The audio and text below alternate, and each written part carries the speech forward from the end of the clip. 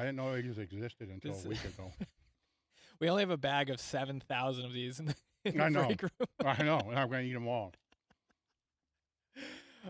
They're good. I mean, and it matches the monster. I should put it in the monster for extra great flavor. If you had a purple flannel. And this is going to be an interesting podcast today. We're talking about Tootsie Rolls and monsters and stuff.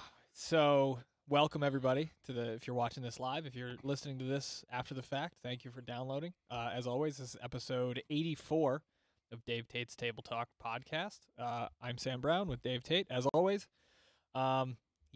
So to start off, I don't know where the last few days have gone because I've been packing orders in the back, and it's been awesome to see. It's awesome to see the support, awesome to see all the orders coming in, the Cyber Monday, the Black Friday, like all the things that we had going on. So I've been kind of out of the loop here a little bit. We've been just kind of going in all sorts of new directions, and I've been seeing all of the new humorous Instagram reels that you've been putting out there. I figured something out. And one of the things that I appreciate about Dave is that when he has an idea, he's like, I'm going to do the shit out of this idea until I don't like it anymore. I can do it right now. I found out, I finally figured out how to be an online coach. Go to my Instagram, and there you go. The number of people, for those that don't know,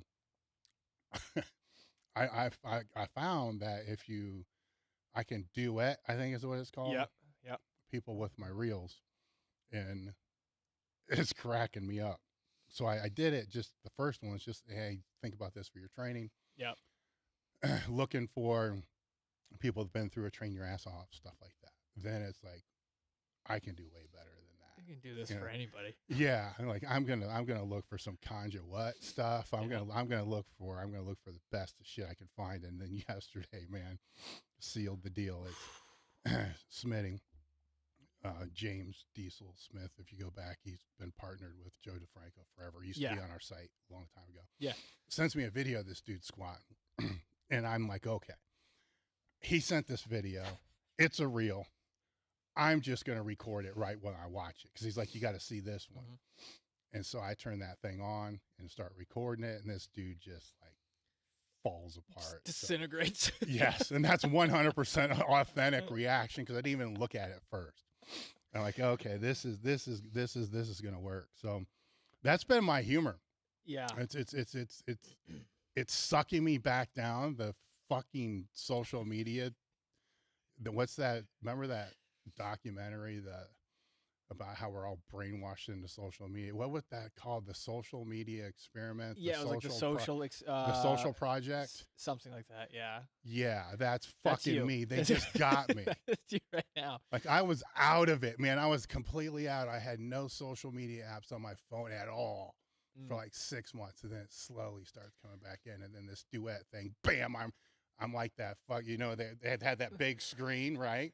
And like we lost them, so they got to ping them with something. There's like me, you know, my fat ass sitting on my chair at home, just getting pinged. Just fucking watching InfoWars, right? And they're like, we need to get that dude.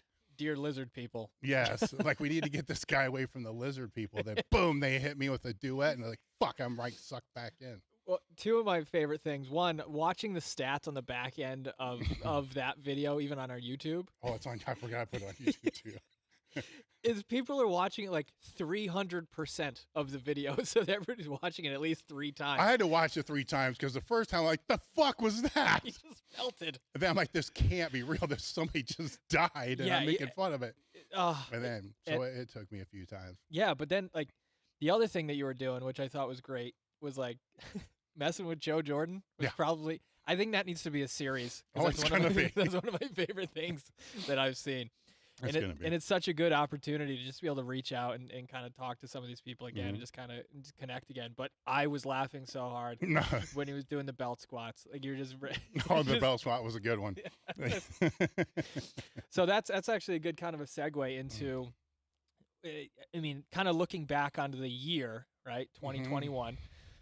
you went into this year with a big shift going into the types of content you want to do and the strategy you want to do and kind of the messaging and of everything. I didn't know if you wanted to touch on that there a little bit. Yeah, I made a video, a phone video on Monday, Cyber Monday, just kind of I call it my begging people for order video. So essentially I'm just begging people for orders, but just expand on that a little bit for those that have been following for a long time, not just some time, but a long time. It'll make more sense. I think that, and we discovered this when we asked how many people worked at Elite FTS, that somewhere along the last few years, and I can kind of understand why, the brand and what we do kind of got lost in the competitive nature of everybody wanting to buy home gyms and all this other stuff. Yes, we sell equipment for home gyms or commercial gyms, and half our sales are equipment, but that's not what we do. You know, what we do is the whole free content thing, and that's supported by the product sales. So we don't do content marketing to sell products. We actually do the reverse of that. We sell products to generate the funds for the content that we put out. That provides us to put out completely unbiased content. Well, yes, there's bias. Every author is going to have their bias. But we're not pushing a program. We're not pushing this. We're not pushing this. We're not pushing this. What we're pushing is the ability for people to get better and a way for other people to help those people get better, which is the whole live, learn, pass on type thing. So people support us, you know, financially, then that revenue spins into more and more content that we put out.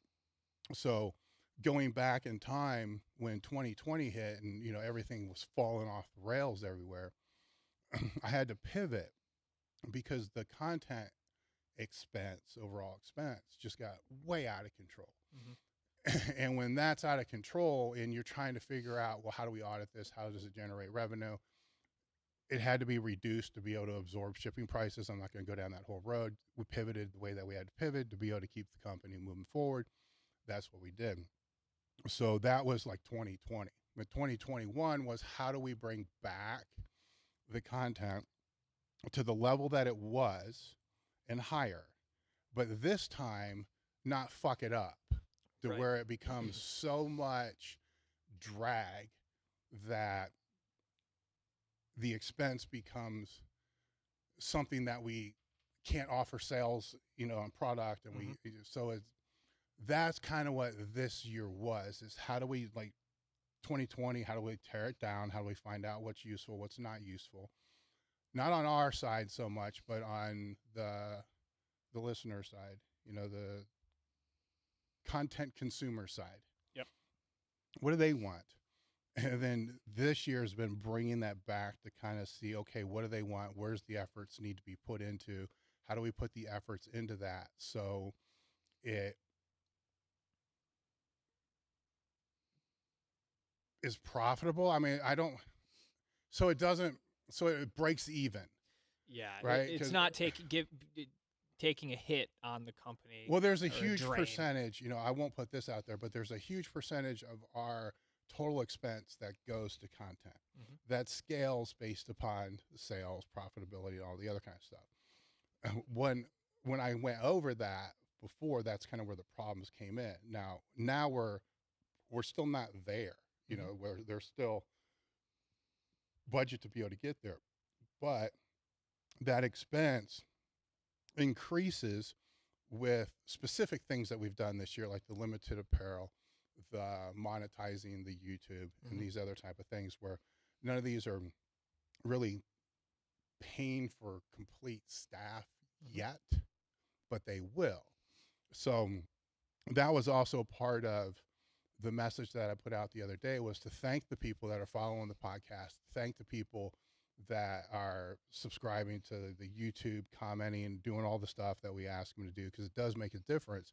And it's because of those people that we're able to bring the content back to the level it is now, to where things just like this podcast are no longer of a issue of, well, should we keep doing it, to where, well, now, no, this actually does, you know, the limited apparel is definitely supporting this and going to actually allow it to be able to grow. So now then we grow.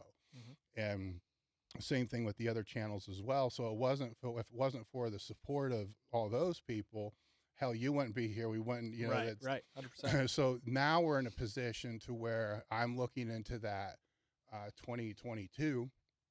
Where does this need to be? And where, you know, what are the steps to be able to get there? We already have another person that's going to start in January.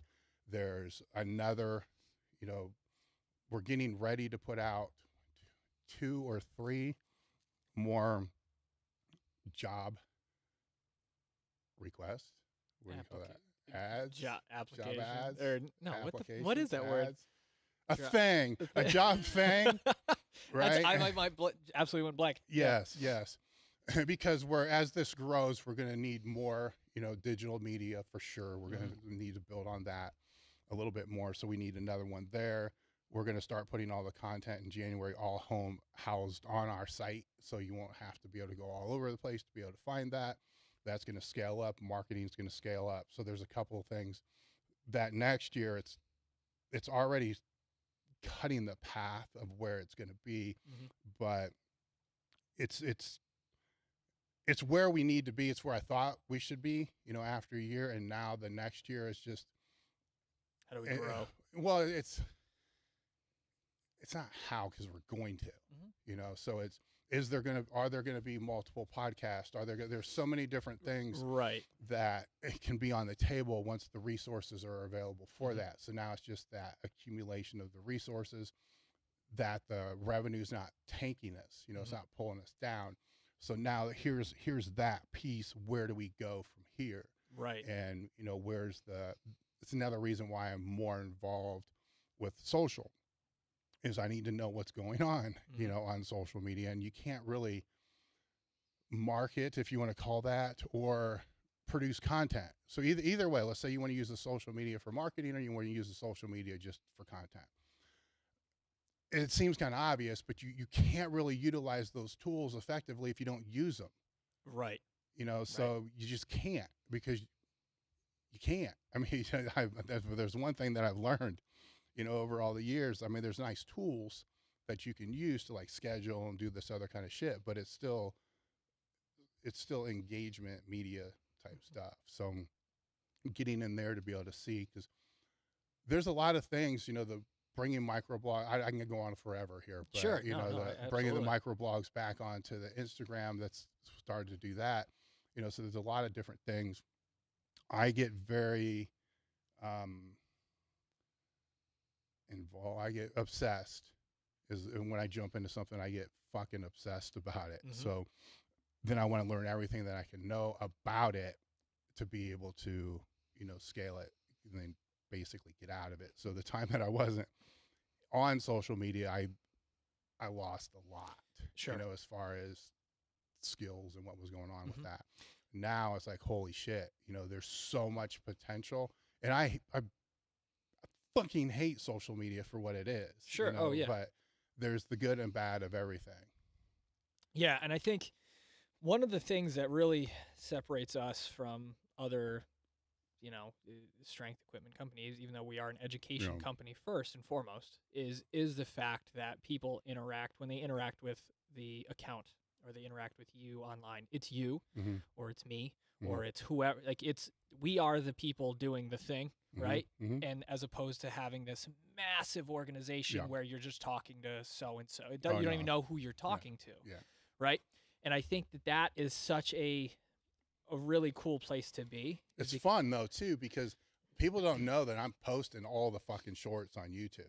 You know, I know. So it's like, oh, man, I wonder what Dave would think about this. Like, dude, I actually posted it. He's the one. I'm like, we know exactly what Dave thinks of this.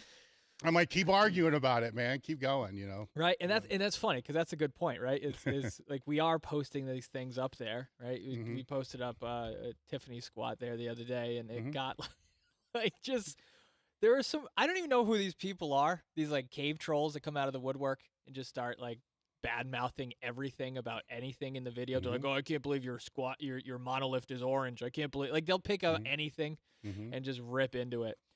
It set me off the other day because they're just talking shit about something they have no idea what it's about or no idea. They'll never do it. They'll never never jump into gear. They'll never lift outside of their own garage or outside of their own 24-hour fitness, where the fuck they train. Doesn't matter. But it just pissed me off because I was like listening, I was watching this stuff, and you were laughing because you're like, oh, this is like the internet. This is what the internet does. and I was just like, these people have no idea like what they're talking about. No. And that's something that I've actually had to learn over the course of this year is like the negative comments that come in, just like they come in easy, let them go out easy. It's like you can't take everything personal. But there was something about, I don't know, I think I have more skin in the game now that I've been participating in this multiply thing, and there's so much misinformation about what it actually means to train it, what it actually means to do it, that it's like, oh, it's just easy. The gear lifts for you. It's like, oh, fuck off, man. Like, I wish it did. I really wish it did. I got so over that like a decade ago. Yeah. So, but to me, it is. They don't know. I mean, they don't know. Yeah. I mean, and it's kind of hard to take any criticism seriously, especially when it's in a comment. Yeah. From somebody that has no profile. Yeah, I was gonna say there's no picture. You know, I mean, it's just like so. Yeah. Their comment about it is about as valid as their alias presence. Right. It's worth 0, the same as their anonymous. Yeah. Presence. So it's just nothing, right? So now every now and again there'll be backlash or comments from somebody that's for real. Yeah. That's fine. Everybody's entitled to their opinion, but that's so fucking rare. It's unbelievable. It's just not. So to me, it's just kind of like, okay, let's see. I haven't posted anything yet just to create this giant fuck fest, but I could, because I know, what starts that crap. But the funny ass thing is, and we were joking about it this weekend, I can post anybody else lifting a multiply and it's high. It's everything's fucking high, right? So I don't even know what justifies a low squat or a high squat or, a training squat or, it's not a meet. So does it, it's just ridiculous where that whole argument comes from and how old that argument even, it's so played out. Yeah. That, like I said, I'm over it, because for me, this started when this is dating me, but literally I can remember training in a gym when I was in high school on a Saturday or a Sunday. And the gym would get a phone call from somebody and say, yeah, this meet just happened. Yeah, but his squat was high. Hey, his squat was high as fuck, And it's like, it's by a fucking an analog telephone, high squat, so it's the same crap. Yeah. But I'll post them and people are like, hi, and then I'll post you. It's like, let's go, Sam. Let's go. And that's going to keep going, and that you'll still have that really, really good support until you squat like 850. Yeah. Then it's going to be fucker squatting high. Look at that cheating shit. Yeah. I'm waiting to see what the number is. Did you see the comment from Ed Coan on the video of me squatting on the Instagram? Mm-mm. What do you say? He goes, "You're not supposed to go that low and multiply." That's true, though. I think I did something on my thing, on my Instagram, where I told some dude he squatted too low. I was like, that was the greatest compliment you could have given me, Ed. So yeah, I think it's something that, again, over the course of time being here, it's like it's like water off a duck's ass in terms of some negative comments and whatnot. But I think what would be kind of cool to go into is what sort of direction and ideas do you have floating around in terms of content for 2022? Almost, it doesn't have to be set in stone, but almost potential teasers for people listening or whatnot. Well, the first thing, and the first higher acquisition, however you want to say it, is to get all the content on our site, which isn't really producing any new content per se. But I don't like the fact that you come to our homepage, you click on the TableTalk podcast, then you go to Lipson. You go somewhere else. It should go to a page on our site that shows you all the different networks we're on. And this isn't hard. I mean, this is just simple cut and paste, embed code. It just takes time for somebody to be able to do that. Same with our videos. Videos are posted on YouTube. The best videos never get posted on our site. So all that needs to be housed in one area. So that's the big first step, is to get that taken care of. And then with, as you talked about, the shorts and the stupid ass TikTokers just say portrait videos. That's marketing wise, and not, I hate to keep saying marketing, because it kind of goes hand in hand. That's where people are. so you need to meet people where they are. So we kind of learn as strength coaches, you have to meet your athletes where they are. So you can't just put your content in one place and say, here, come get it. It's not like that fucking movie where build it and they'll come. Yeah, right. It doesn't work that way. Right. So, I mean, you got to, that's kind of why I get on everybody's ass about sharing things. I mean, you can post a video. Let's say we post one of our videos or something like this on YouTube, and then we just leave it there. I'm like, well, how in the fuck is anybody on Instagram supposed to know we even posted this? How about they supposed to know on Facebook? How are they supposed to know on LinkedIn? How are they supposed to know on Twitter? How are they supposed to know on all these other areas? And, the flip side of that is, how in the fuck can we ask people to share our shit when we don't even share our own stuff? Right. Or the same with liking, so I'm real big on liking our own stuff, because if YouTube put it there for a reason. You see what I'm saying? And Instagram put it there for a reason. So if it isn't even good enough for us to like, then then you shouldn't either. So that, I guess I can put that as a call out. If you guys ever see anything that we don't like it, because obviously we don't give a fuck about it.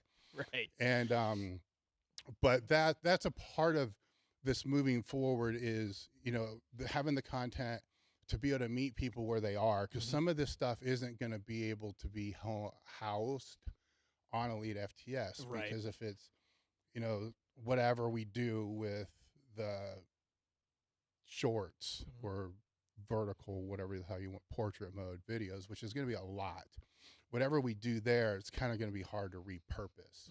But we're going to figure that out though too. Yeah, that's because, part of it. Yes, we do need to expand the video audio capabilities as well. So that's bringing in somebody else to be able to help can actually start stitching those together, put them in bigger videos, do different content with that as well. Because we're already outsourcing now some of the editing, to where this is going to get to a point where we're going to need more people in-house to be able to spin that and to do those things as well. So that's kind of where we're going. So the first step is January. It's the job things.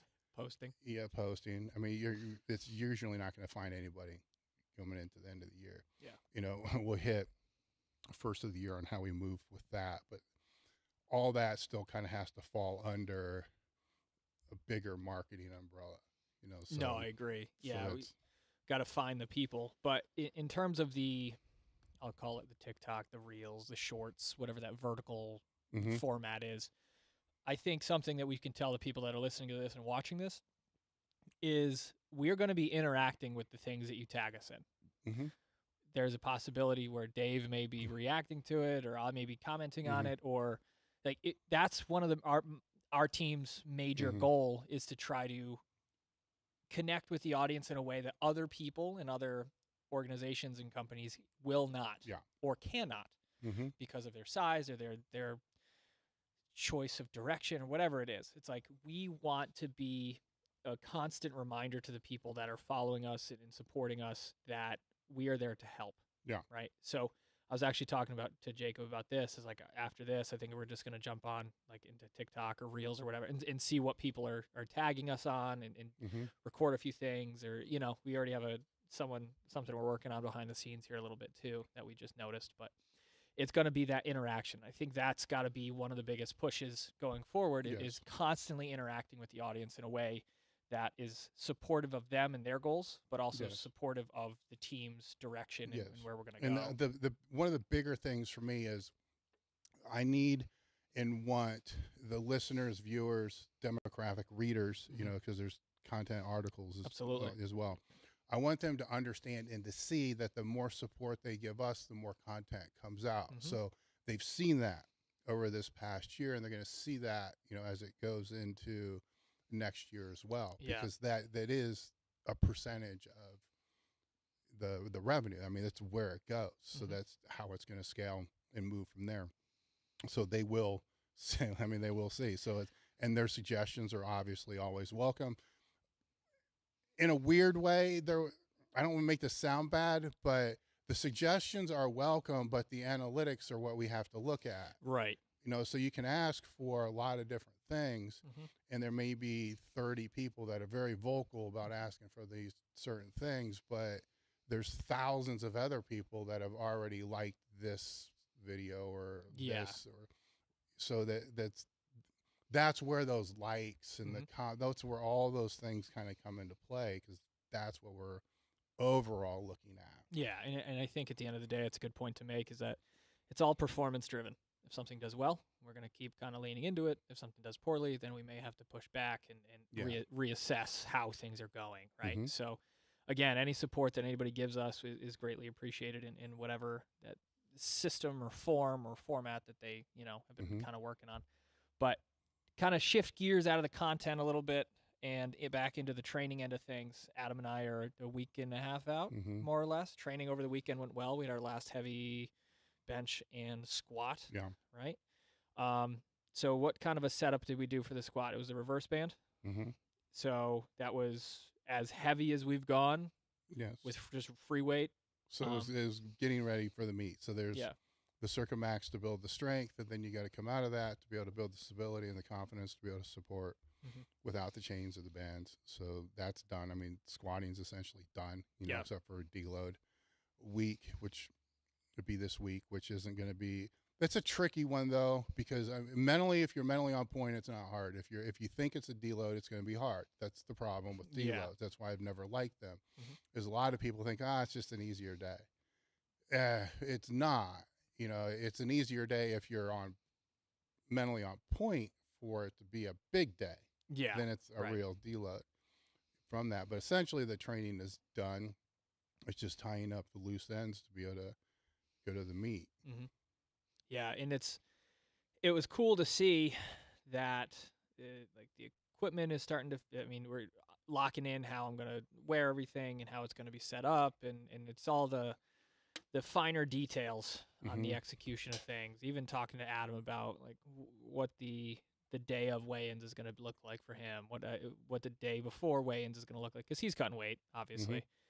And so I told him I would help him in any meet. I'll sit outside the sauna. I'll sit whatever he does to have to cut weight. I'll just be there and I can help him out with that. But those are the details that, like, if you're not prepped for, are the things that can bite you square in the ass. That's why you're not doing it. Right. Exactly. 100%. That's why I don't have the beginners do that kind of stuff. It's to this stuff. It's just too much to take on.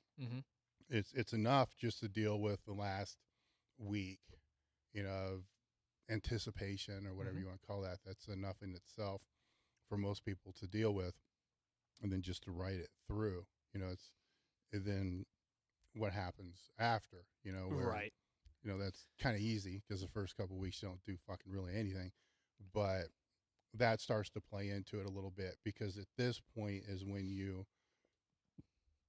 maybe not yet, after Sunday is when you kind of mentally assess how did the macro cycle, how did the whole prep plan go? What were the pros, what are the cons, and I think these are conversations and thoughts that have to happen before a meet. Are you stronger? Are you better? Are these things checked off? What didn't get checked off? What needs to be better? Because too many people will wait to assess how the training went for the meet till after the meet. Right. And there's a disconnect there. Right. And so, yes, that's what you're training for, and it plays a role. But anything can happen on any given Saturday, Sunday, whatever it's going to be. So you could have a great training cycle, but then just shit happens, and for whatever reason, and the meet sucks. Then a lot of people will just discount. Well, that whole training cycle just blew. Right. Sucked. It wasn't worth a damn. Where maybe half of it was, maybe 70% of it was. You don't know. But a lot of those questions can be answered before the meet. You still need to wait after, right? No, because for sure. That still is going to tell it. So I wouldn't say that you can look at a whole training cycle or a whole peaking cycle and say, this was perfect, this is what I need to repeat again, without seeing what the actual output is. Like, you can get close, but that needs to at least be thought about and put down, because shit happens. Oh yeah. And like you said, that last week, like this week, I am at the after Sunday. So Monday I was drained. Yesterday I kind of felt slow, sluggish again. Today I'm like starting to get the Mhm, itch mhm. again. So I know that I'm not in a fatigued enough state where I'm like dead, Yeah. right? Which is great. Like, Mhm. but if I were to not have any sort of assessment protocol in my head or in what I talk about with Adam or with you and kind of have that reflection on the whole process after the meet, I'll be like, yeah, no, I felt everything was fine. Like Yeah. you'll just skim over it. Like you Yeah. forget the details. Yeah, and that's the point, though. Is I mean, there's also the volume has been scaled so far back Yeah. that I mean, these are all considerations because people might take a week or two off after the meet, then they just jump right into higher volume. It's like, well, you understand the volume was like 10%. I mean, it was really low. You can't go from 10% to 50%. It's got to scale back up because you're not ready for that. You know, it's different. It's completely different. And but your brain thinks you're at a peak state because Right. you are.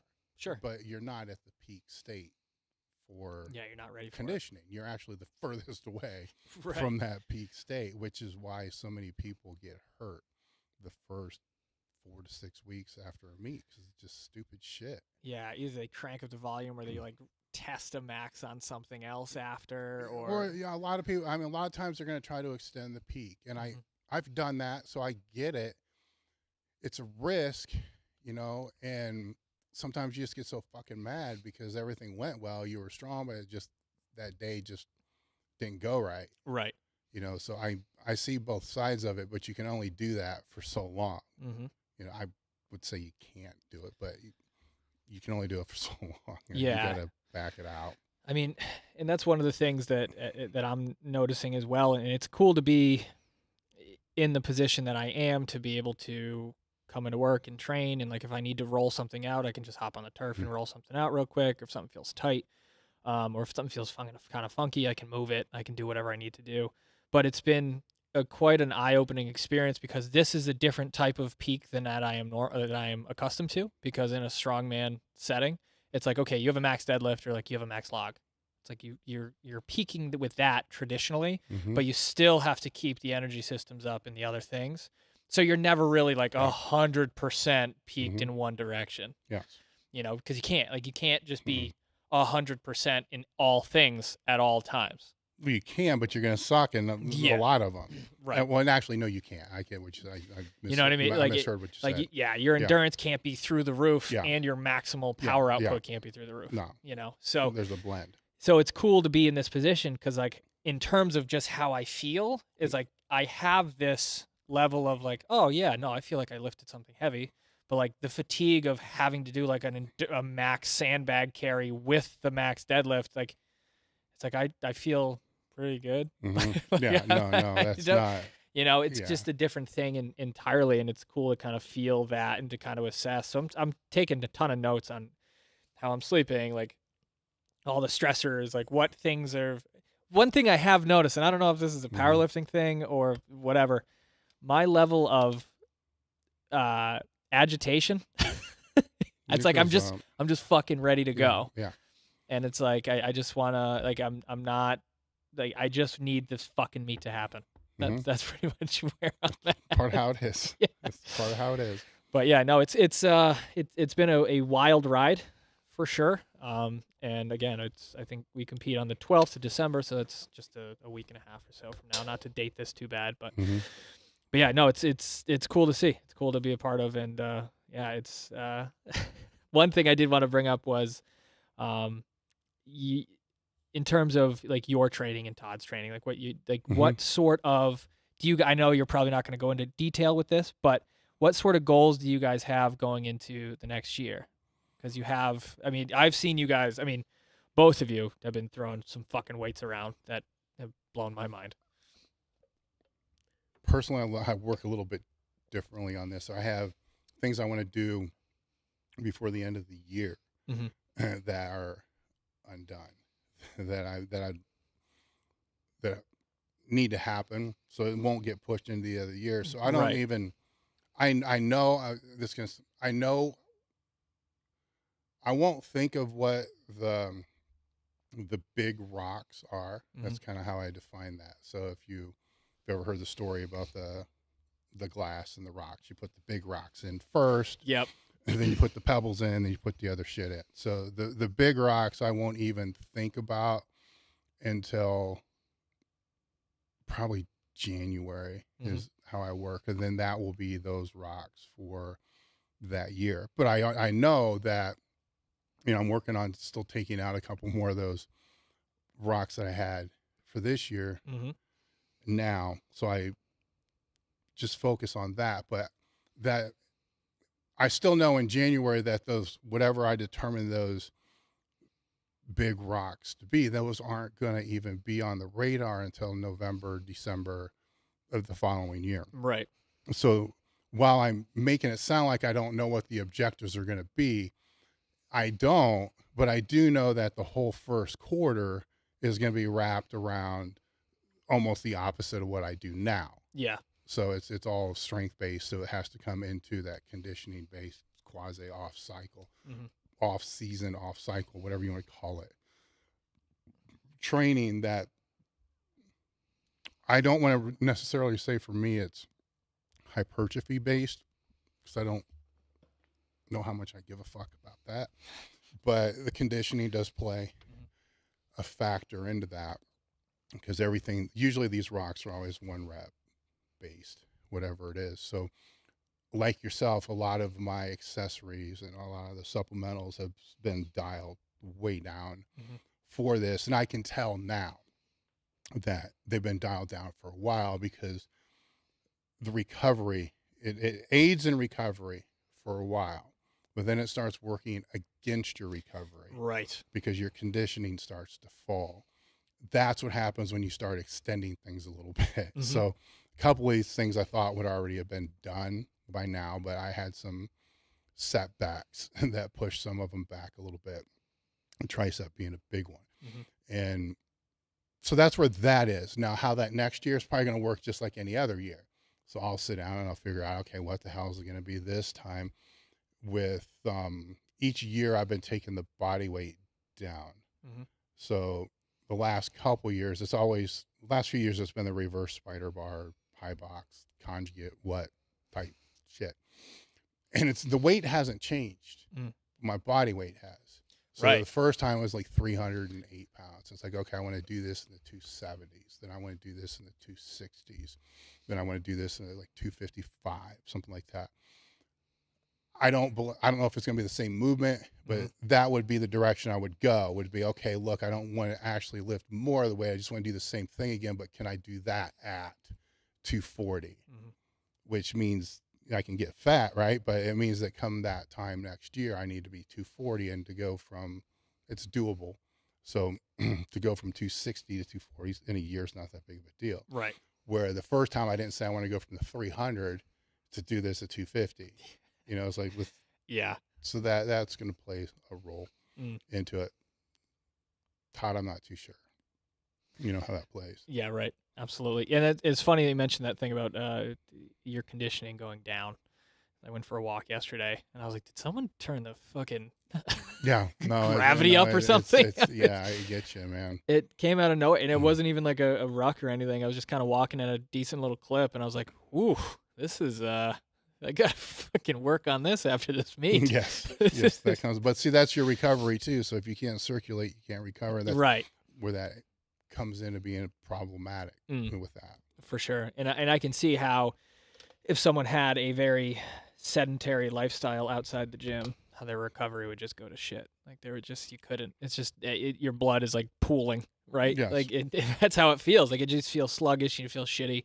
And I felt better like after the walk as opposed to prior to. I felt like shit prior to, and I was like, okay, let's just get moving a little bit. And all of a sudden, I was like, oh, my body actually does want to work well.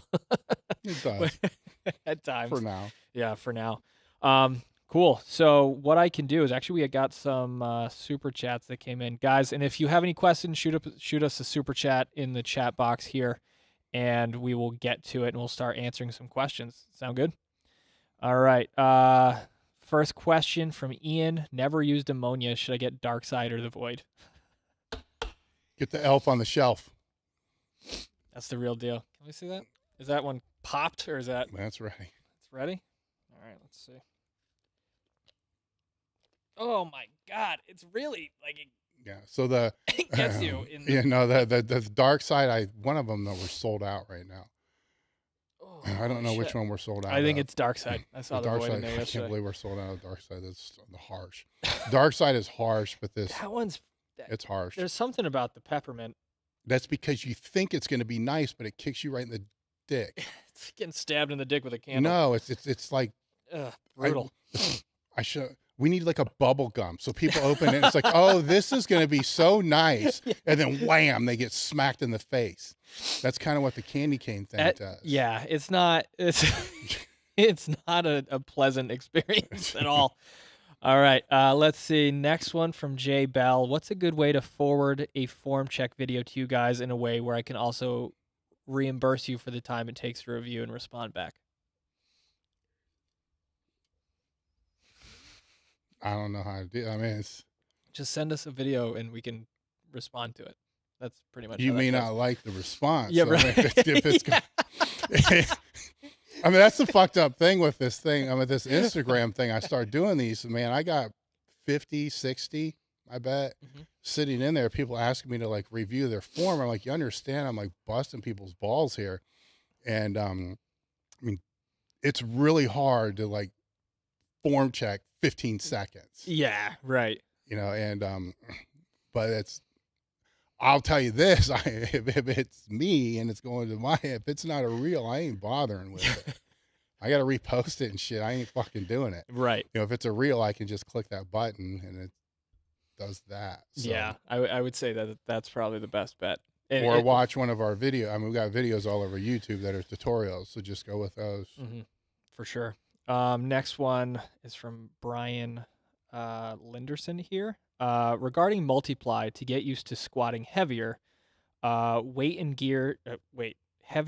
in gear, should I just add weight week to week to gain confidence squatting, utilizing that gear? So essentially, how to get used to squatting heavier in gear? Just do it more often, or build up, or what is the strategy there from your experience? I think they're two different things. You have getting used to the gear, which is a thing. Then you got getting used to the heavier weight, which is another thing. Getting used to the gear, being able to touch in the gear, hit legal depth in the gear, whatever they want to define that as, that doesn't need maximal weight. You know, that can be done with 60, 50, sometimes lighter, 60, 70% weight. That has to be taken care of before the other. Right. And that, because the intensity, the percentages are lower, can be done more frequently so you can recover. When you're talking about getting used to heavier weights in gear, now you're talking about 90% plus weights, which is max effort type stuff, which if you train conjugate, use a max effort method, it could probably fit in there a little bit better than if you're just trying to throw it in some other training protocol with that. In most cases, this isn't about getting used to squatting heavier weight in the gear. In most cases, it's getting used to actually using the gear the way it's supposed to be used. Right. When you start locking in the gear and your technique the way it's supposed to be used, then the heavier weights just tend to follow. Go in reverse, you just keep pounding heavier weights and heavier weights and heavier weights. You end up squatting higher and higher and higher. You end up benching on 1 board to 2 board to 3 board and more and more and more. Then you go to the meet and you don't do for shit, or you bomb out, or you're, you know, it's just the wrong way. So the question back is, which of the two are we talking about? Right. Because if it's getting used to heavier weights, the big part of that is also getting used to heavier weights without gear. You know, it's just called getting stronger. Right. That was the direction I was going to go. You didn't put me in gear for weeks and weeks, right? Like there were things I had to do, and there was a certain level of foundational strength and positional strength I needed to even be able to get into the positions necessary to get the most out of gear at all. Yes. So if day one you threw me in gear and put weight on my back, I was just going to get fucking stapled, right? It's a process. Everybody wants to know what the process is, and the process is going to be different for everybody. Sure. but the process is, starting in looser gear, moving into tighter gear, and teaching the fundamentals of what it's supposed to feel like and be like. But there's different schools, there's different schools of thought. Some people are like, throw on the most jacked shit you can and just go. And I haven't seen that to be very effective. Not unless you're training in a group that's doing the same thing all the time over and over, but I still haven't seen that to be I've seen groups effective. that do that, and it's ugly. It is. It's ugly. And there's a lot of sessions that you look at and it's like, what was obtained from this training session outside of building a really strong quarter squat or, building a strong 2-board bench, which that's fine if that's what you want to build. The goal. Yeah, if that's what you're looking but for. But it's not, for the competitive lifter, it's not. And it is. I mean, we say this over and over and over, but the technique is the number one thing that you got to focus in on is if you think that throwing on a pair of briefs or a squat suit or something is automatically going to make you squat more, it's ridiculous. It's just I went from being a strongman competitor, everything was close stance. I lived close. Everything I did was close stance. To now, it's like in gear, now it had to be wider. So it's like I couldn't just go to that width. Like I just couldn't spread my legs out and all of a sudden I squat more. Yes. I would blow something off of my body. And the point is that, like you had said, the weight comes when the technique is sound and the ability to get into the necessary positions is there. So I would say whatever you need to do to get yourself stronger going into the gear. Like don't worry about it right now. Just get stronger in those positions and then slowly add it over time. And even multiply, you're not going to train in it all year. Right. So you still have to get stronger. It's I can't believe I'm still saying this after 30 fucking years or whatever it's been. Right. You still have to get your absolute strength up. So the only question that lays out there would be, if somebody trains in gear and they increase that absolute strength, is that absolute strength in the gear going to carry over to say single ply or to strongman or to whatever? And I don't know. Absolute strength, again, it's going to depend upon how piss poor it was to begin with. Right. And then what that transference is. But normally that's not the case. You don't see a lot of people training in multiply in the off season to go compete raw. You're right. You might see people training briefs for a little bit of an overload and then they go, compete raw. But even that's kind of hit or miss. So it's where that's the only, if there's a link that's missing to be completely transparent, that's the only real link. Yeah, and I think one of the tools that kind of helped bridge that gap was that set of training briefs that you gave me. It was that very thin material, but it gave you just enough of feedback to know when you were in a good position versus when you were in a shitty position. Yes. And I think that was the key to me being like, oh, this is different. Oh, I get why I'm doing all this other shit. Because this is the position I need to be in. And it was just a teaching tool. It didn't I don't get jack shit out of them. No. You don't get a lot out of them. But if you go in it just triple ply or whatever the other thing is, you don't know how to push back into them. Right. Because it's too much to push back into because you don't even know what the fuck that even means. So you got to figure out what that means first. Yeah. So in regards back to the question, just get that technique squared away and the weight will show up over the course of time. Next one from Josh Osbim. Just wanted to say thanks for the content. Here's to another year of living, learning, and passing on to others. Let's make 2022 the best year yet. Defy odds, smash goals, overcome fears. Thanks, Dave. Go Sam. Awesome. Thank you, Josh. Let's see. Grant Miller with another one. Love the focus on media content. Makes it easier to stay informed with Elite FTS posting on multiple platforms. More support equals more content, people. Awesome. Thank you there, Grant. Actually, that's all the super chats we got, so I'm just going to pull up a few questions that came in here. Let's see. We got a few. Guys, drop your questions in here for me so we can start throwing some back at you, answering the questions that you may have. One thing I did want to touch on, back to that question about the getting used to gear. And one of the things that, as someone who has felt it, right, now that I understand a little bit about this multiply thing and kind of squatting and utilizing the gear is that pressure, right? Understanding that the pressure is a good thing.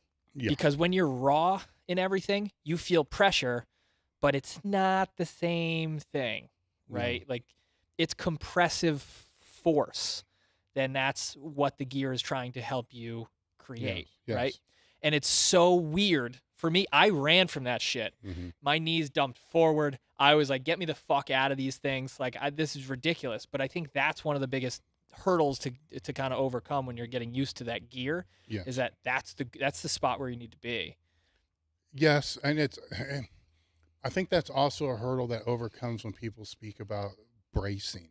Right. And that, to where that pressure at that peak of whatever that is should be a lot. I mean, it should be a lot, like, you know, like you're taking a shit and your turd's caught sideways, you know, and you're pushing with all, I mean, it should be a lot, right? Yeah. So with that, and that's a terrible example of the bracing, but you get what I'm talking about. I think that people they'll start at the top with that pressure because they take it out, it feels heavy. Then they'll brace whatever they do, and it kind of makes it feel a little bit lighter, but then when they get to the bottom, it doesn't increase. It decreases, which leads to butt length, chest falling forward, you know, a host of different things that can come through that. So I think it starts even before the gear. It starts with that inability to really understand what being tight is.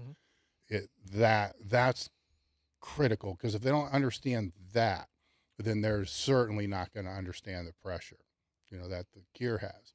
But the gear is like, you know, when you put your belt on and expand or push, whatever you want to say, abdominal wall against the belt, that's pressure. Well, now you put squat suit on, you got that pressure everywhere. Then on your fucking knees, you know, and it's everywhere, you know. So and as you go down, it feels like your head's going to pop off. Yes. And that's really I want to say it's a difference in the layers of gear, but it's not, because single ply can create that same thing. But what seems to be true for most is you want to go down until it starts to turn black, and then go a little bit more and stand up before you pass out. Because that's about. It sounds like he's making that up, but it's 100% true. Yes. Like it's he's not making that shit up. Like it's really like a weird fuzzy TV thing. Yeah. So you see the fuzzy TV, or like the little sparkles or diamonds or whatever. That starts first. Then it just starts to, like, you know, close in. You can't let it close all the way in, because they're going to pick you out. But you got to let it close as much as you can, or somebody calls you up or whatever it's going to be. Yeah. And go from there. But that, you got to go into that. Same with the bench shirt. And it's kind of the same with the deadlift if you're wedging into the bar. You know, you got to wedge into that pressure instead of away from it. So many want to get away from it. Yeah. So teaching them what the pressure is in the first place is the first step. Yeah, and I think and we just launched a video on bracing, right? It was bracing, and we did the plank with one of the groups that came out here. And I remember actually towards the latter half of that video, I do like, okay, well, if you can do the plank, which is essentially you're standing up with a squat, right? I always like to bring these things back to like an actual exercise that you would do in training. It's like, all right, we're standing up with the squat. This is how tight you need to be when you're standing up, bracing for the top of a squat, right? Then I flipped one of the athletes over, and I was like, okay, now we're at the bottom of the squat, like in a dead bug position. It's like, create that same level of tightness, and I'm going to try to drive your feet and your hands apart, right? And they were having a terrible time. Like I could see it. Their whole face was, I'm like, okay, well, if you can't do this with me putting 15 or 20 pounds of pressure in either direction, what makes you think you're going to do this with 500 pounds on your back? They're not. Exactly. So I think, and that's one of the biggest takeaways from working with the amount of people that we worked with out here is trying to connect the dots with the things they're doing for their accessory work, for their supplemental work, and is like trying to make that clear line of progress and understand like everything's connected. It should be. In the right? technical work. Exactly. You know, and nobody understands the same concepts the same way. Yep. Which is the other caveat, you know, to the whole thing is you can explain, you know, what you just explained with the dead bug and the planks. Yeah. You know, you can have 3 people on the ground. I guarantee you're going to have to tell each one of those people Absolutely. something a little different for them to actually get Yep. what you're saying. And that's the fun part, the training process, which is, I like that. I mean, I like that. Well, it's cool. It's cool to see, right? Because we've done 4 training assets since I've been here, something like that. And each group is so different, and your ability to connect with that person on that set is really fucking cool to see. And it's like, oh shit, like he went this way with it. It's like watching like an artist paint, and it's like, oh, it was started as a smudge, but like, holy shit, it's a mountain. Like I didn't even see it. It's like you look at it this way, and it, but it's super important that people realize that part of their learning style, like in how they absorb information, is part of training. Like you kind of have to learn how you learn. It sounds so crazy, but that's what it is. And use, I mean, if with those people that I'm helping, a lot of the times they're telling me everything that I need to know. Just ask them, like, what did that feel like to you? What did you think? Because that's where the final connection happens, is when they fuck it up. Then you're able to say, well, what do you think went wrong? And then they answer correctly. Yeah. They're like, okay, cool. Now we're on the right track with what this is. And I think that a lot of people they become so caught up in their role as their role as teacher or coach, right? To forget that their real role is like a partner, an educator. To be able to help. And that happens so much that, I mean, when in doubt, I get stumped all the fucking time, when in doubt, it's pretty easy to say, well, what do you think about that? And then just listen. And holy shit, 90% of the time it's like, fuck, right there's the answer. It's like, oh, wow, that was easy. That was way easier than, giving a lecture on the conjugate method. Yeah, exactly. And it's a lot of the times, I mean, even I've seen it too, is when someone's struggling with something at the squat, I'm like, oh, do you feel this? They're like, no. Have you ever felt anything like that before? No. Okay, let's go try to feel. Let's try an exercise to make you feel that thing, and then try to make yourself feel that thing when you have the bar on your back. Yeah. Right? Pretty straightforward stuff there, but it is something worth repeating to people. Couple super chats just came in. Cameron Batco says, do bandbell bars have any application outside of warm-up and recovery? I think they are cool, but not sure if my training would benefit from it. Thanks. What do you mean by applicate? I mean, sometimes I overthink all that. Yes. I mean, the simple answer is yes, they're going to have applications. Yeah, you can load it up more. Right, but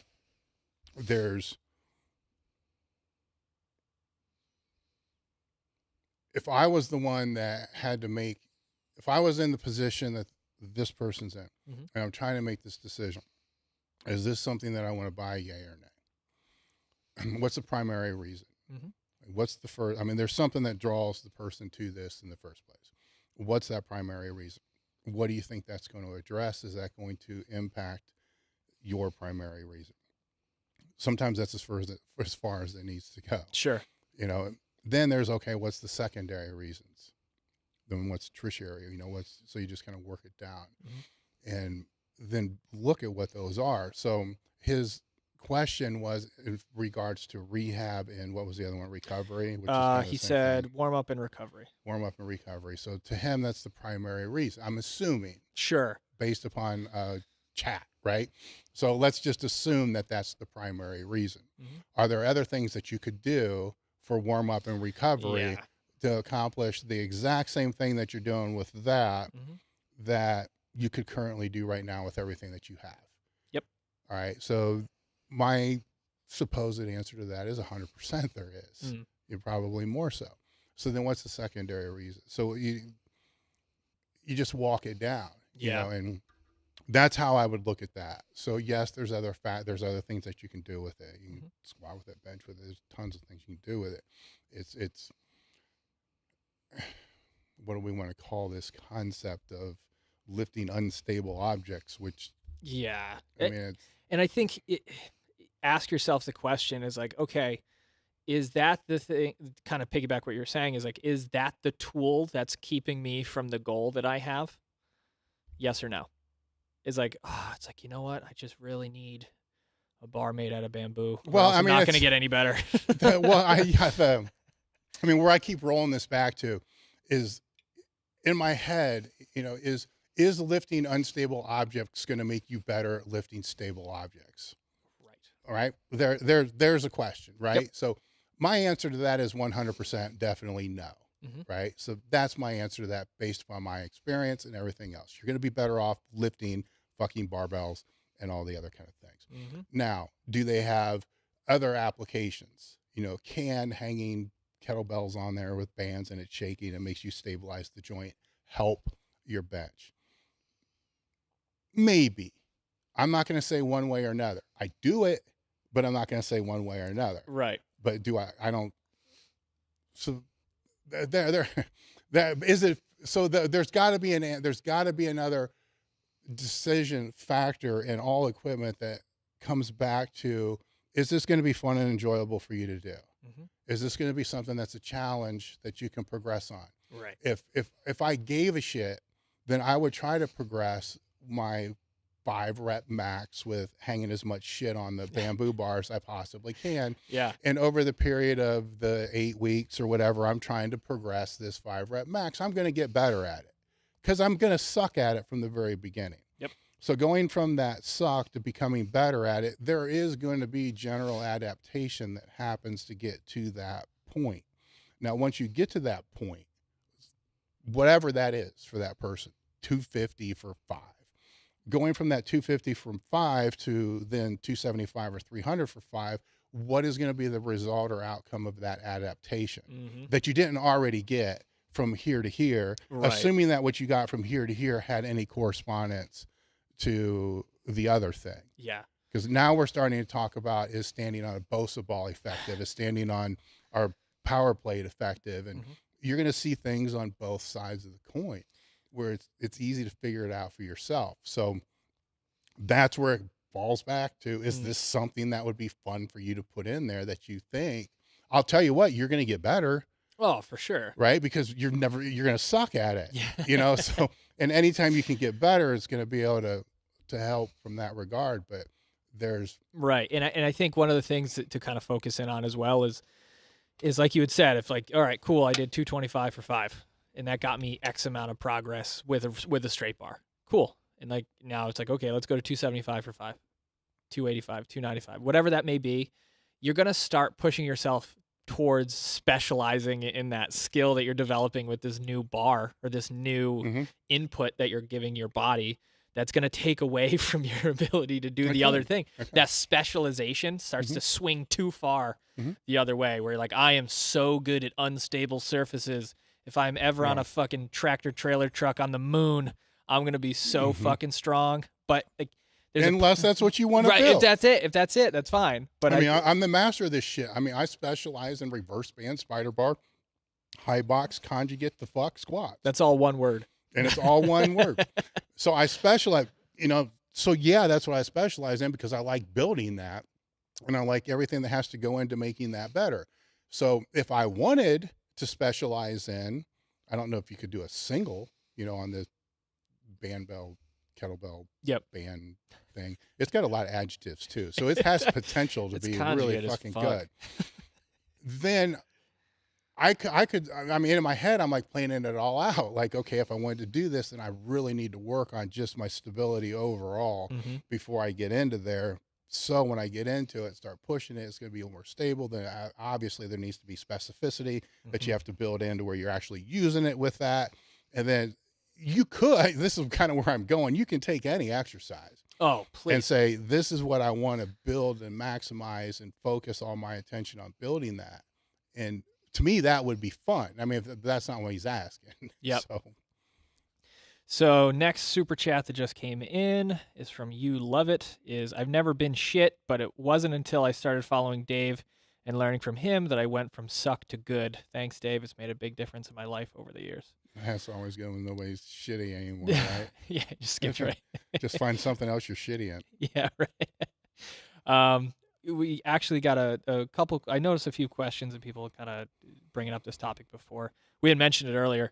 In terms of conditioning, right? Most people think running, doing any sort of like sled prowler, but what we may start introducing, and that's actually kind of what we talked about a little bit this weekend as well, is programming things in a different style, doing things for time, doing things for rep count, doing things for, kind of manipulating the variables of the training of things you would do normally in a way to be able to boost some of that conditioning aspect of it. What are some of your favorite means of kind of introducing that conditioning into your training post meet? Yeah, I mean, conditioning is like the word strength, Right. So when I think of conditioning, just to define that, I break it two vast differences. One is just cardiovascular health, Yep. Which is, walking,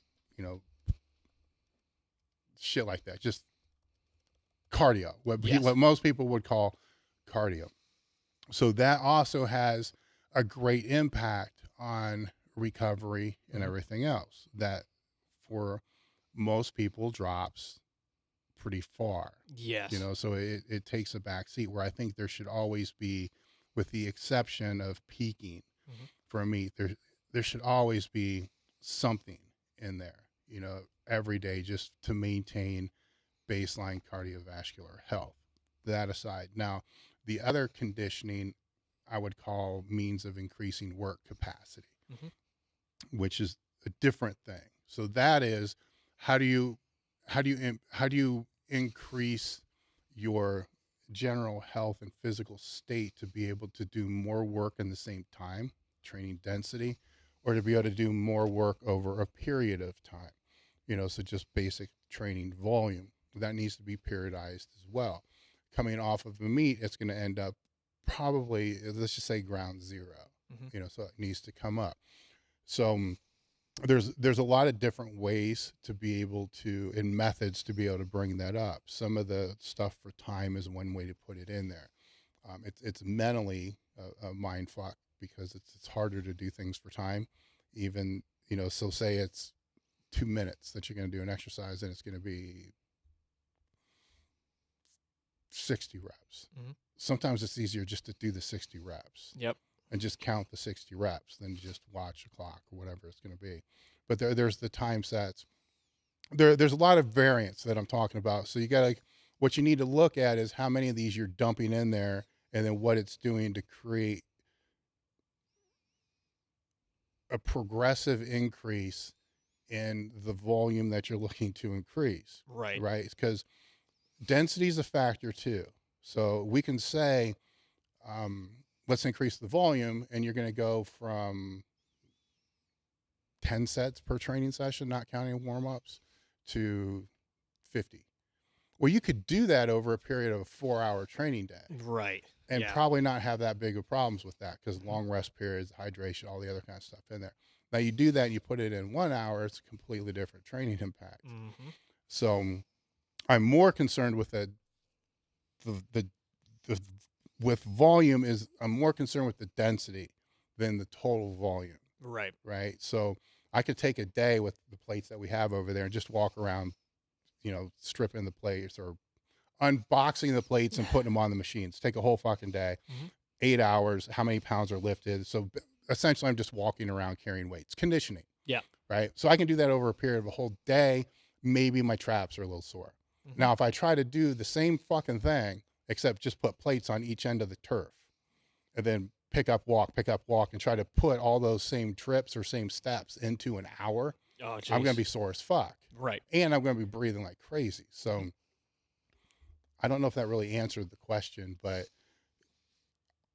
when people look at volume, they're not looking at the density. Right. So the density has to be something to look at. Yeah, that time definitively is a factor, right? It just needs to be known. It doesn't have to be. Like with the power lifters and stuff like that, it's not going to be a factor. It's going to be completely based upon the total number of sets. Because I already assume it could take 3 hours. Right. So I'm making the worst assumption possible. And that's an easier to control assumption. Where if somebody's training alone and it's a different scenario, then that can be factored into that. But it's also how it's implemented when it's put out there. It's like, okay, look, we're going to increase the volume, take your time. You know, hey, we're going to increase the volume. You need to make sure you're getting no more than 90 seconds between sets. You know, so yeah, and I think another factor to consider is I think when people, like you had said, people increase that volume and they jack it up in one session and then they're beat the fuck out of themselves and they're sore as hell. It's like you got to think session to session, week to week. You know, that the gap, right? If you're used to 10 sets a session, like you need to give yourself time to go up to that 50 or whatever the hell that you're going to be doing, right? But if you're using time as a variable, and it's one of my favorite ways to increase your work capacity, is either rest times or work intervals, right? Like you do the same work in less time. That means your work capacity went up. Yes. Right. Yeah, Like it's you're doing more work in less time. That's work capacity. Another way I think about it is, okay, you did work for 60 seconds. That set of 12 took you 45 seconds or 60 seconds. Cool. Let's try to work for 75 seconds.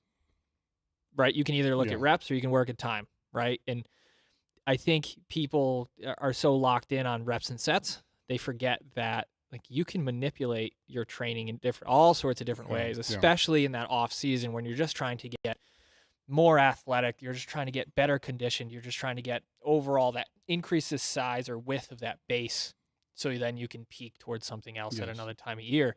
Is like use variables that you haven't touched upon to really give yourself a whole new perspective and a whole new stimulus that you just haven't really dealt with. Now the sets for time, that needs to be defined a little bit better as well, because I do even now I do a lot of sets for time. It's not time, it's a song, whatever comes on, but sure, that doesn't mean that, and we're talking about the bamboo bar, that'd be one of the dumb things that I do is the bamboo bar with whatever's on that time. It's probably nothing on it, but the kettlebell. And so I'll just wait for the song and then I will do presses with that, but until the song's over. Now that doesn't mean I'm doing a repetition. The tempo is not the same. A lot of this is just going to be holding it at the top and then holding it on my chest. Sure. So I keep it moving, but there's a lot of, sometimes there's ISO holds in the middle. All I want to do is to do it until the song's over. If all I did was the reps, I can't do that. Right. Right. But I also lose that ability. This is one of the things I like the bar for, because it does kind of move shit around. If I'm holding it at the bottom of my bench and it's just moving and isolating, or whatever you want to call it, moving a little bit, that is, while it's a loaded stretch at the bottom for me, because it's got a little bit of that movement, it's almost in a way a little bit of a P&F type of stretch. Sure. In a way, not really, but in a way. That is, I feel, more beneficial to me than holding just the loaded bar that isn't, moving in that way. But I put that out there because years ago, Louis used to do and wrote a lot about doing timed dumbbell presses on a stability ball. And he would program these, write in the articles that we did them for 5 minutes, which we did. And then people would call me, send me emails. How the fuck you guys do this for 5 minutes? I'm like, what are you talking about? We just lay down there and we do them for 5 minutes. Then I went and realized that this looks like, or could look like, we're doing this straight for 5 minutes. Yeah. It's how you want to read into it, and it's like, well, no, we're actually probably just holding them at the bottom half that fucking time. Right. And and going from there. So that I only put that out there because people may see, timed benches and timed things that other people will do at outrageous times. That doesn't mean they're moving the whole time. Now, other exercises, if it's like battle ropes for 5 minutes, more than likely they're moving the whole time for the 5 minutes. So, God, that sounds terrible. It is. Yeah. It's seen people doing for 20 minutes, which is ridiculous too. Yeah. But all those can kind of scale in there. It's just knowing how that is, because sometimes you'll see things and be like, oh, right. How the hell they do that? Well, they didn't do it the way you think they did. And if you're going to be implementing these things, is if you program something in for 5 minutes, realize like you can't use the heaviest weight you can for 5 minutes straight. No, and that's, right? that's you know what I mean? That's a benefit Self-limiting. of it. It's a benefit of that. And it's I mean, the whole purpose, well, not the whole purpose, but if it's not because of hypertrophy, the whole purpose of bringing up the volume and the work capacity is to be able to increase your conditioning, to be able to go into whatever the next strength phase is in better shape, so this is a time where you don't want to beat the fuck out of yourself. It's a time where you want to flush as much blood into the muscles as you can. Yep. In a way, train like a bodybuilder, get the full range of motion back of the joints, get a lot of these things back that you lost a little bit when you were peaking. And to think that you're going to do that with heavy weights, you're just insane. Yeah. You can in time, but that's a transition period you need to go through that, again, people will jump from here, from this phase to this phase without thinking that if they're going to go through 4 months of hypertrophy bodybuilding training, the last month is going to be the hardest month, because by the time that last month comes around, you're going to already zero down in on, just by default, exercises that you really think are working for you the best. You're already going to be zeroed in on the rep ranges that you think are really stimulating the muscle the best for you. Just by trial and error, that's where you end up. But in that last month, you're also going to end up in an area to where it's really hard to add another rep for the exercise. And it's really hard to add any more weight per that exercise. So you need to think of that first. Yep. So when this happens, what methods and principles am I going to use to overcome those issues? Then you work. To me, training's all about working back. Yeah, having that goal in mind and so working backwards. That's what this outcome is eventually going to be. What do I need to do here to make sure that outcome is easier to overcome? Right. Instead of just waiting for it and then just progressing through that way. And that's it's interesting to see what people do in terms of different styles of training, this, that, and the other thing, and they think that going as hard as they possibly can all year long is the best way to do it. But like, the best way to go into these situations or these off seasons or these conditioning blocks or work capacity blocks is like, let's use the smallest amount of stimulus possible to get a positive impact and then build up from there. Right. It's true. That's 100% true. But also keep your eye on the prize. Right. So whatever's next, you better know what that is. Right. Absolutely. Because at least for me and for most people with a strength background, the conditioning stuff this sucks. Yeah. You're not strong. You're not even good at what you're doing because you haven't everything done reps. sucks. Like, everything over 3 reps is fucking cardio. I mean, this just sucks. You know, so you gotta grin and bear through it, which is 90% of training anyhow. But understand why you're doing it. Yeah. Like, we're laying this because next time I go to peak, I do not want my fucking shoulders to feel that way. I don't want my biceps to feel that. I have to take care of this shit now. And then different things will happen. So that's an important aspect where I don't even think, to be completely honest, I think so few people even think more than a week ahead. Oh yeah, guaranteed. On their training. Yeah. That it should be their wake up call, right? So we're coming into the end of the year. So you need to start, if you have New Year's resolutions or however you do your shit, Here we go. Then these are some things that you need to put on your list for your training going into the next years. Where's the focus going to be? What are you going to commit to? What's going to be your level of commitment for that?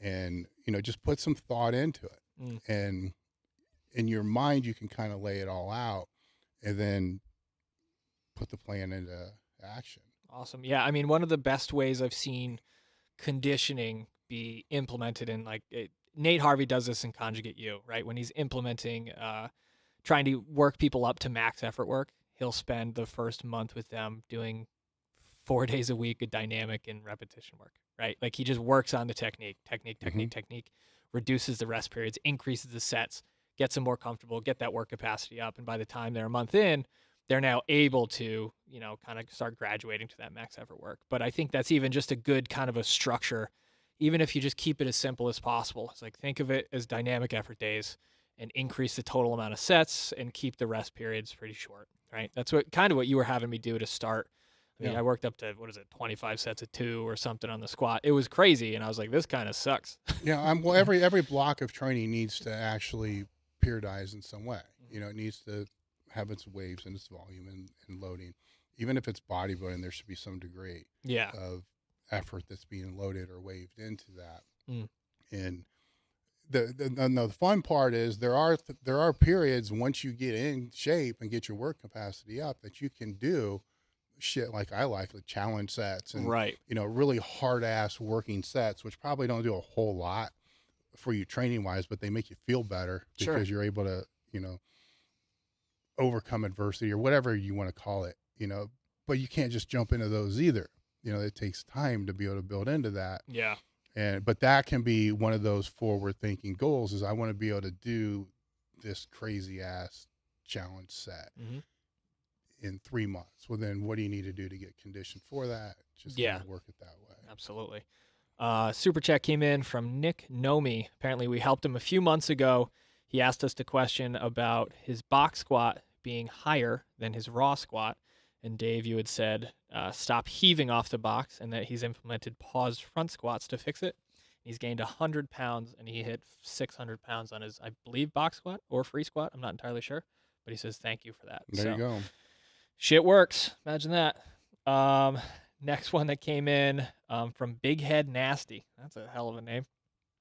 Just bought the yoke bar, and it has helped this 50-year-old fat boy do what he loves. Thank you for what you and your team does for all of us. Merry Christmas. Thank you very much. Yeah, I mean, that's all the super chats that we have. Fat and 50. I Big, like that. yeah, old fat boy, and his name is Big Head Nasty. Yeah. That's good. Yeah, we have, I mean, guys, if you have any more super chats, let us know. Drop them in the box here. But yeah, I think I'm excited to see where this year goes, right? I'm excited to see where the media team goes, where the content goes, where the company goes. It's a very exciting place to be because realistically, like a year, it was funny. We were talking to Adam, and he had mentioned a year ago he was literally dead on an operating table. Mm-hmm. And he was like, a year later, I'm a week out from my meet. And it's like, oh, shit. And I'm thinking about like a year ago, actually, just about a year ago, I was in the hospital because I gave myself rhabdo. So, I mean, it's amazing what a year can do. Yeah.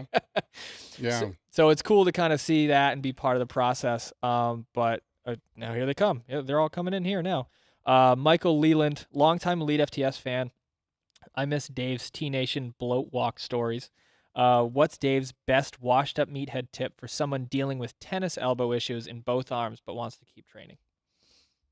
Now, keep in mind, he asked for a washed up meathead tip, right? So he excited didn't for this ask for anything that's going to actually help this. one. He just asked for a way to actually Band-Aid it. Sure. Right? So I assume that you're already wearing some type of oh man, I am not a doctor. I'm not a physical therapist. So you're wearing some thin elbow sleeves already. You know, wrap some duct tape around the shit. You know, right around the upper part of the forearm for the big sets. That will take care of that compression there. That'd be a washed up meathead tip. For that, the other thing is to not have it happen in the first place, because that's the biggest bitch with it, because sometimes it's in both arms. A lot of times I think it comes from squatting, but sometimes I'll get shit like that just because I slept wrong and you wake up and your fucking arm is killing me. Yeah. The trigger wheel roller is one way to kind of get in there and to just kind of beat it out. I think that with that as well, if you're a washed up meathead, I'm going to guess and probably be 100% correct that you have a very hard time grabbing a barbell, like you're going to do a barbell curl. So I would start trying to address that. So if you have to, start with dumbbells and just turn out as much as you possibly can. I don't like that option because I've never seen it really work. But I put it out there because it's so excruciating for some people. just to grab a straight bar.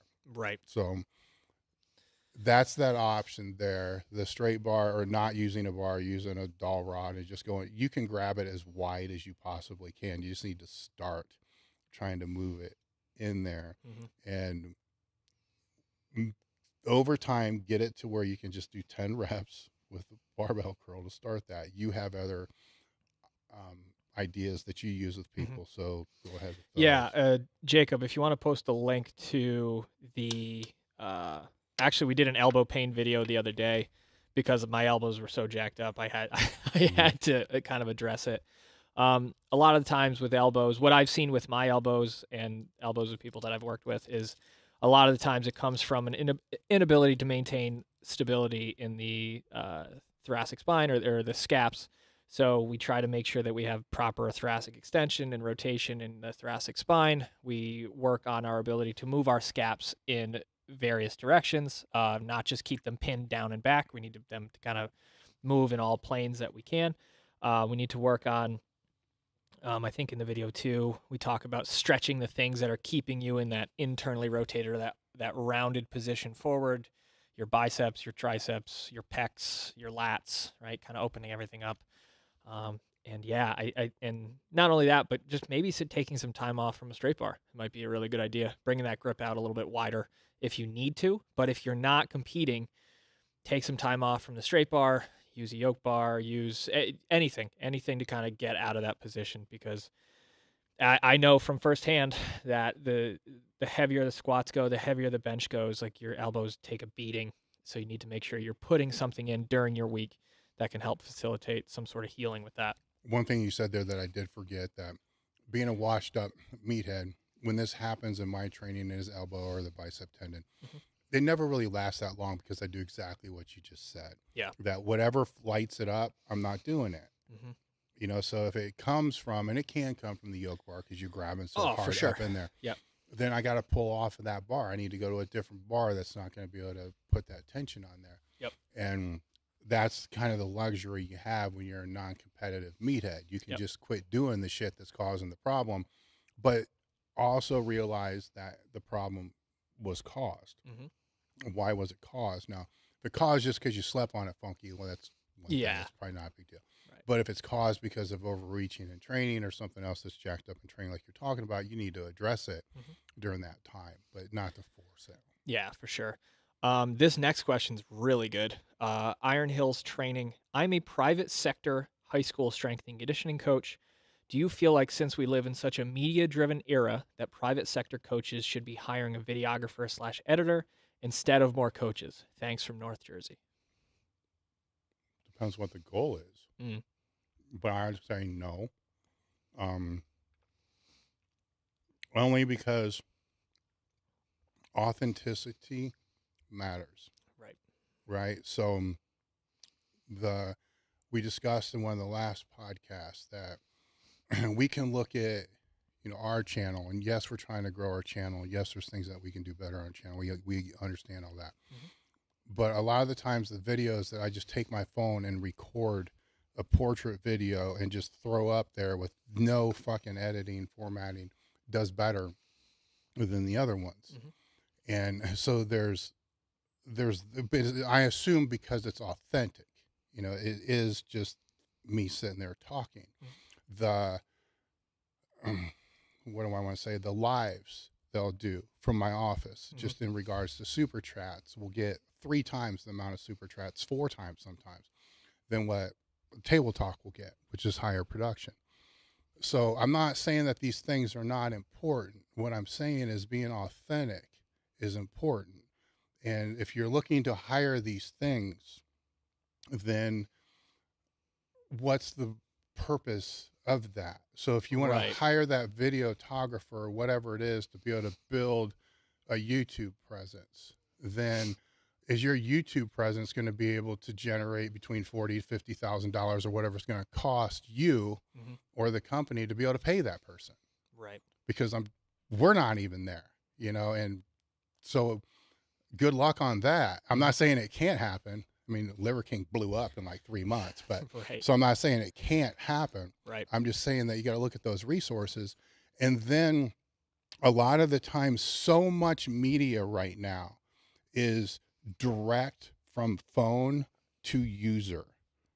So much. And that's not changing, you know, because you got TikTok, you got the shorts, you got all this competitive nature right now just in portrait videos. Instagram, I'm assuming person's probably asking more Instagram than anything else, but all these things here don't require the use of a media person. It actually it actually gets in the way, because if you're going direct from phone to, you know, the audience, and then you got 3 or 4 steps that are in between there, it gets in the way, and then it makes the content less authentic and less valuable. Because if you want to do a reaction video, right? Well, that reaction video is not a reaction video a day or 2 later. Right. You know, it's just some slapdick trying to ride a trend to get more views. Right. The true reaction video is going to be, so all what he's asking, he already has. He has a phone, he has access to it. He just has to get comfortable with posting, you know, which takes a little time, you know, to be able to get reacclimated to that. If that's I assume the goal is to be able to build more clients, you know, which this still comes down to, if it's a brick and a mortar, how is this internet strategy going to put more people in your door? Because there's a huge disconnect there. You might be better off just having lunch at the local diner every single day. Yeah, that's something I was going to say. Then, you know, that's real social media and real connection compared to the other crap. Yeah, and it's very easy to get, as a coach, right? As a personal trainer or coach, it's very easy to get distracted by a lot of the stuff that's going on social media, because it's like, oh, they're doing this and they must have 1 million clients. But you also have to think that if you see a lot of personal trainers and coaches posting at about 5 o'clock on a Wednesday, you know what they're not doing? They're not coaching people. No, they're not. Right? So it's something that, do I think that you should have a media presence? Absolutely. I think you should have some sort of social media presence. You got to pimp out your athletes. You got to, you know, hype them up. You got to showcase what you're doing. You need to be able to tell the story of you, your athletes, your facility, what you stand for, who you are, you know, to have that, articulate those ideas to the audience. But if it comes down to hiring another coach or hiring a media team, again, you need to understand what that goal is. Is the coach going to allow you the free time to do the media yourself, right? Is that something you want to do? Are you looking to be the business owner, or are you looking to just be a coach that's in the business and you need more clients, right? Like, as you know, like we had a talk with somebody out here. Is like, you can either be working for your business or owning your business, right? You know what I mean? Like there's that fine line where things start to get a little fuzzy, where it's like, coaches should really focus in on providing the best service possible, because the job involves results. It's results driven. You can have whatever image you want, but if you don't get the results, then that's, you know, you're shit out of luck. Yes, but he has to market too. You know, so there's that. So anybody, this isn't for everybody, I would say, but I would say any business in today's world that if they don't have an online presence, they're fucked. Right. They are. They just are. You know, even as I look through resumes and it's digital media people, whatever it's going to be, I'm looking and trying to find their Instagram. Do they have what do they do? presence? Do they even fucking use Instagram? Right. Do they even use social media? Because if they don't even use it, then how the fuck are they going to help? You know, so if somebody's looking for a strength and conditioning facility or a strength coach, then they are going to search you 100%. Oh yeah. What are they going to come up with? Because to come up with a void, it's the worst thing that you're going to come up with. It would be better to come up with a bad press release than a complete fucking nothing. Right. Because a nothing's just, now, I'm not saying you have to put all this time and money into an Instagram page and all these different platforms. There needs to be a presence, and who's the demographic you're trying to cater to, and where are they? Because if your presence is on Facebook, but your demographic's young and none of them are on Facebook, you're just wasting your time. Right. You know, so that I would kind of play into. Then there's the referrals. You know, the biggest opportunity is always going to be the referrals, and keep it at that. But becoming there's so many fucking things I can say here from a business perspective. When you start putting in, you know, the socials and all that stuff into your marketing plan, you got to understand that social media is 24/7. You know, so who's going to do it? Right. You know, because every business owner I know, every entrepreneur I know loves the idea of all these different things until they fucking realize, holy fuck, all the I'm time. doing this shit fucking all the time. Well, then you just like, we'll hire somebody to do it. Well, I'm going for when? Yeah. 9 to 5. Well, what about from fucking 5 to 10? You know, it's like, well, no, just hire somebody to do just all of it. Like, well, how? Yeah. You know, who's going to do that? You know, and so these are things that need to be taken into consideration, that until you can scale to such a point, fucking I'm not there, that you can scale to such a point that it can just all be delegated out, you're doing it. You know, so as a coach or whoever it is, are you okay with having to be on social media 30, 40 hours a fucking week? Because you're going to be, you know, and then you got to focus that. Yeah. So now let's assume that is that time. Then you got to focus it on just doing the shit that you need to get done and getting the fuck off. Right. Absolutely. You know, otherwise it's a rabbit hole that just sucks all your time. Yeah, because as we know, Instagram's a different animal, YouTube is a different animal, Facebook is a different animal. They're all different animals that have different rules and different playbooks. Yes.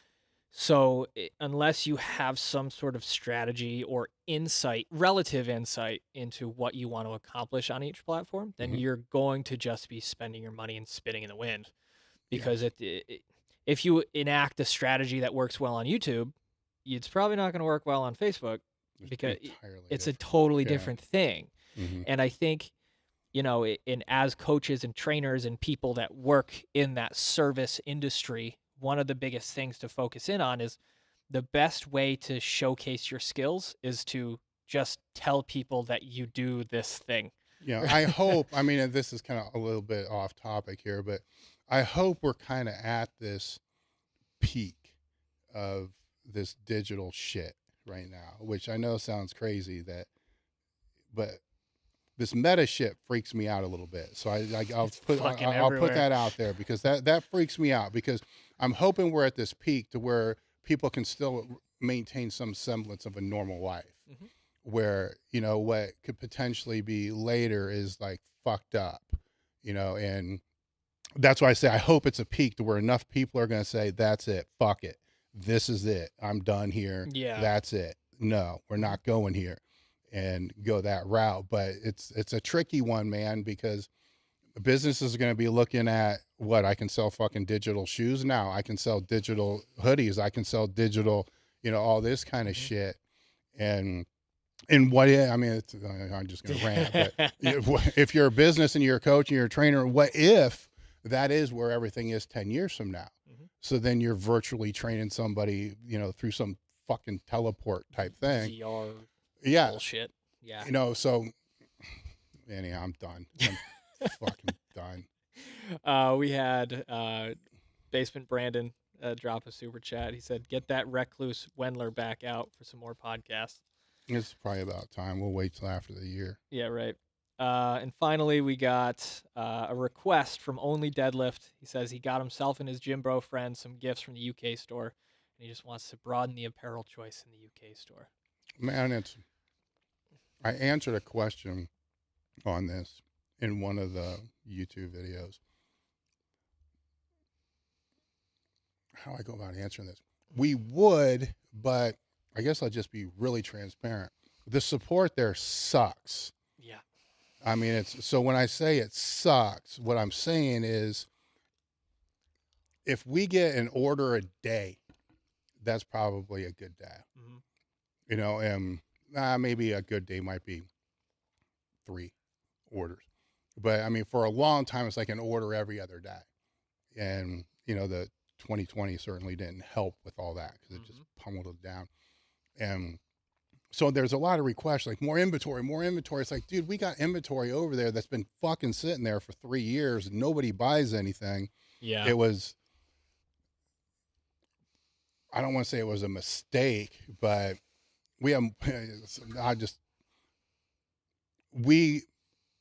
part of what we do there is we do fulfillment for other companies.